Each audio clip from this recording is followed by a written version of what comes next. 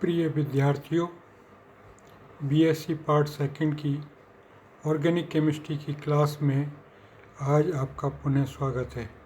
पिछले video lecture में हमने आपको पिनेकोल पिनेकोलोन रीअरेंजमेंट के बारे में बताया था, जो कि एक बिसिनल डाइहाइड्रोक्सी एल्कोहल था। आज हम एक ट्राईहाइड्रोक्सी एल्कोहल के बारे में पढ़ेंगे, अर्थात एक ऐसा कंपाउंड जिसमें 3 OH समूह होते हैं। यह एक बहुत ही कॉमन कंपाउंड है जिसका नाम है ग्लिसरॉल। ये एल्कोहल की श्रृंखला का आखिरी चैप्टर है जिसमें हम ट्राईहाइड्रोक्सी एल्कोहल के बारे में पढ़ेंगे। ये हमारा एल्कोहल्स का 14वां वीडियो है।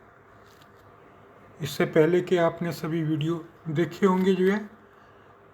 जैसा कि आप जानते हैं, मैं doctor BK Agarwal, associate professor in chemistry, government Lohia college Churu, Pune, आपका बीएससी पार्ट सेकंड की क्लास में स्वागत करता हूं। तो आज हम पढ़ेंगे ट्राईहाइड्रोक्सी एल्कोहल।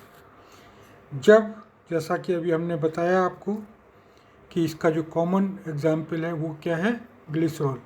तो जब किसी यौगिक में 3 हाइड्रोक्सी समूह उपस्थित हों तो उसे ट्राईहाइड्रिक एल्कोहल या ट्राईहाइड्रोक्सी एल्कोहल कहते हैं। ये एक पहला OH, ये दूसरा और ये तीसरा OH। इसका कॉमन नाम ग्लिसरॉल है, या इसे ग्लिसरीन भी कहते हैं, जबकि IUPAC नाम है इसका प्रोपेन 1,2,3 ट्रायोल है। तो ये एक कॉमन ट्रायोल है। यह संयुक्त अवस्था में उच्च वसा अम्लों में ट्राई एस्टर के रूप में लगभग सभी जंतु और वनस्पति यानी एनिमल और वेजिटेबल ऑयल में तथा वसाओं में पाया जाता है। इन ट्राई एस्टरों को ग्लिसराइड भी कहते हैं तथा वसा और तेलों में मुख्य ग्लिसराइड निम्न होते हैं। पहला है CH2OCO CH3 C17H35, यहाँ तीनों में ये C17H35 इस ट्राईग्लिसराइड को या इस ग्लिसराइड को ग्लिसराइड ट्राईस्टीरेट कहते हैं तथा इसको कॉमनली ट्राईस्टेरीन भी कहते हैं। दूसरा ट्राईग्लिसराइड है CH2OCO C15H31 CHOCO C15H31 CH2OCO C15H31। तो इसमें C15H31 ये एक कॉमन ग्रुप है। इस ग्लिसराइड का नाम है ग्लिसराइड ट्राईपामीटेट। इसको कॉमनली ट्राईपामीटिन भी कहते हैं। तीसरा ग्लिसराइड है ग्लिसराइड ट्राईओलिएट, जिसमें जो R ग्रुप है वो R ग्रुप C17H33 होता है, यानी तीनों में तीनों कार्बन के ऊपर C17H33 ये ग्रुप R है हमारा। इसका कॉमन नाम है ट्राईओलिन और इसको ग्लिसरॉइड ट्राईओलिएट भी कहते हैं। अब ग्लिसरॉल बनाने की विधियाँ। तो ग्लिसरॉल का जो मुख्य उत्पादन है वो फैटी ऑयल या फैट से किया जाता है। तो सबसे पहली विधि है फ्रॉम ऑयल और फैट्स, यानी वसा या तेलों से। तो जब तेल या वसाओं को कास्टिक क्षार क्या होता है, NaOH के साथ जल अपघटन करवाते हैं तो वसा अम्लों के सोडियम लवण या साबुन, जिसको हम क्या कहते हैं, सोप या साबुन कहते हैं, के साथ ग्लिसरॉल एक सह उत्पाद या उप उत्पाद या बाई प्रोडक्ट के रूप में बनता है। इस अभिक्रिया को साबुनीकरण या सैपोनिफिकेशन कहते हैं। तो यहाँ ये कॉमन अभिक्रिया है जिसमें हमने लिया है CH2OCOR, CH2OCOR, CH2OCOR। इसकी अभिक्रिया जो है कास्टिक क्षार या NaOH के साथ करवाते हैं तो ग्लिसरॉल बाई प्रोडक्ट के रूप में हमको या सह उत्पाद के रूप में प्राप्त होता है। और मुख्य उत्पाद जो है ये सोडियम साल्ट है, जो कि sodium salt of fatty acid, जिसको हम सोडियम स्टीरेट कहते हैं, जहाँ R का मान है C17H35। इसी प्रकार जब ग्लिसराइड का जल अपघटन तनु H2SO4 की उपस्थिति में रेड हॉट या अति तप्त भाप द्वारा करवाया जाता है तो हायर फैटी एसिड या उच्चतर वसा अम्ल प्राप्त होते हैं, जो मोमबत्ती में मोमबत्ती का आकार बनाए रखने के लिए मोम के साथ मिश्रित किए जाते हैं। अतः साबुन तथा मोमबत्ती दोनों में ही ग्लिसरॉल एक उपयोगी उत्पाद के रूप में प्राप्त होता है। यहाँ वो अभिक्रिया है जिसमें जो हम H2SO4 के साथ ग्लिसराइड के साथ अभिक्रिया कराते हैं। जो है यहाँ हमने कॉमन ग्लिसराइड लिया है ये, और इसको H2SO4 के साथ अभिक्रिया कराते हैं तो ग्लिसरॉल प्राप्त होता है जो हमें CH2OH, CHOH, CH2OH तथा RCOOH यानी हायर फैटी एसिड उच्च वसा अम्ल जो है प्राप्त होते हैं, जहाँ R की वैल्यू जो है कितनी है C17H35 या C15H31 या C17H33, इनमें से कुछ भी हो सकती है जो है, कोई भी जो है। तो भिन्न भिन्न जो है हमें ऐसी एसिड फैटी एसिड जो है प्राप्त हो जाते हैं। सेकंड मेथड है जो है या दूसरा मेथड है जो है फर्मेंटेशन ऑफ शुगर, यानी शर्करा के किण्वन द्वारा। फर्मेंटेशन को हिंदी में कहते हैं किण्वन। तो जब शर्करा के किण्वन से अल्कोहल बनाते हैं तो बहुत थोड़ी सी मात्रा में लगभग 3% अल्कोहल ग्लिसरॉल भी जो है बनता है। और यदि किण्वन जो है या फर्मेंटेशन सोडियम सल्फाइड यानी Na2SO3 सोडियम सल्फाइड की उपस्थिति में करवाया जाए तो ग्लिसरॉल की मात्रा बढ़ जाती है, अर्थात 20 से 25% तक हमें ग्लिसरॉल प्राप्त होता है। ये क्या अभिक्रिया होती है? ग्लूकोज को कॉमनली लिखते हैं हम जो है C6H12O6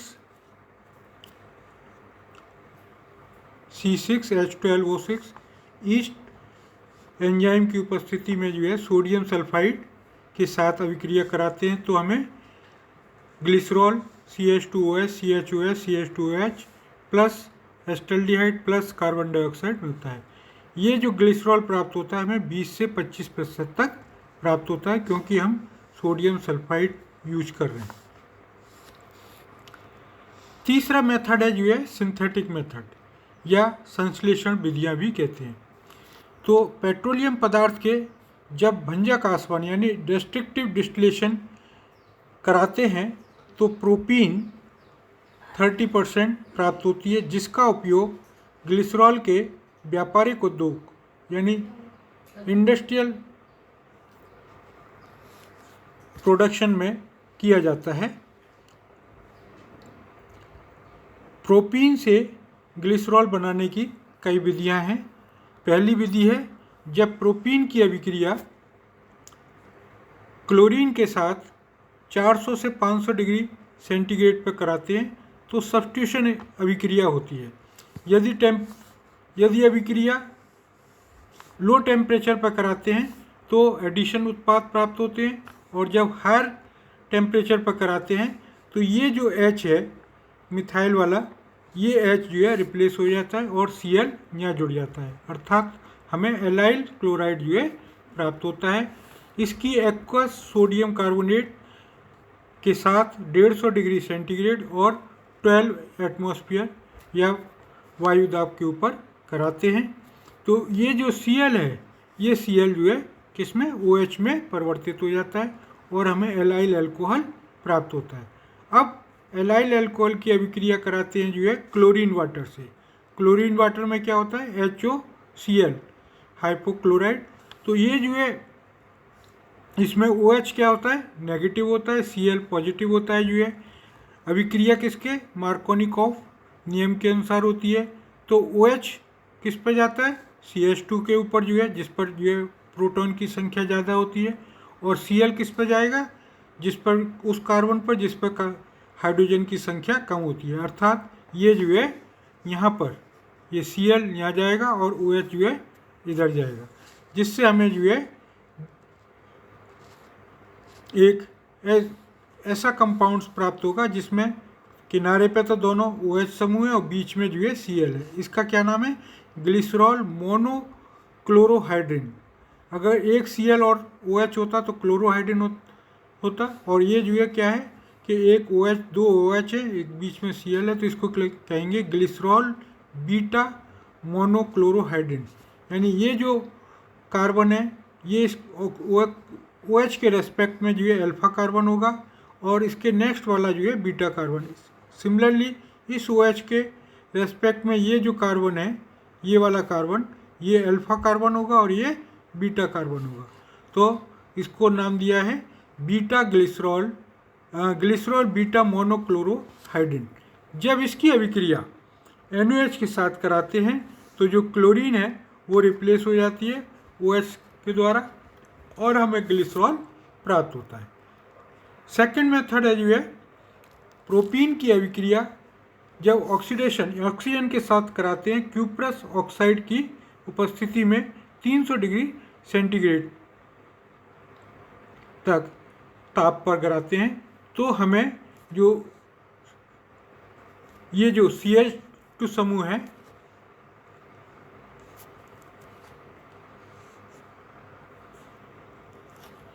ये जो CH2 समूह है ये CHO में परिवर्तित हो जाता है और हमें जो है क्या प्राप्त होता है, एक्रोलीन। इसका कॉमन नाम क्या है कंपाउंड्स का, एक्रोलीन।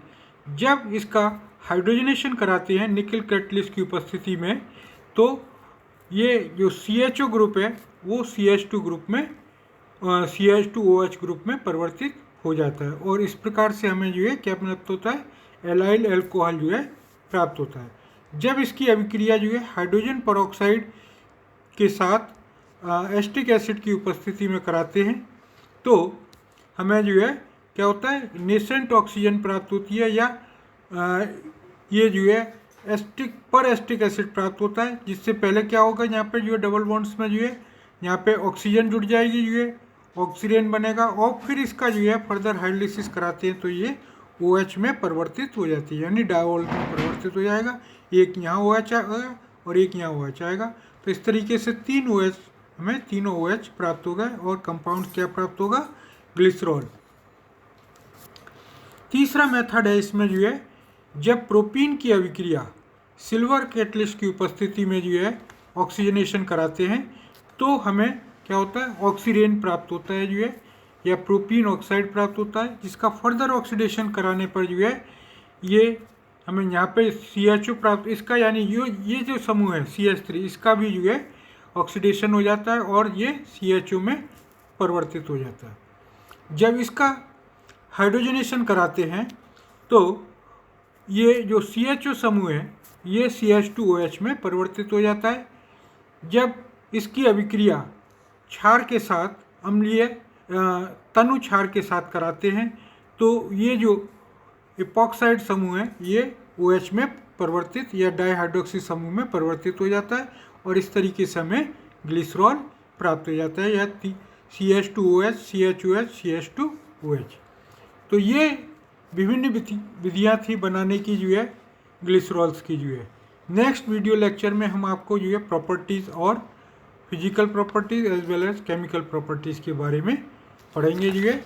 आज के लिए इतना, धन्यवाद।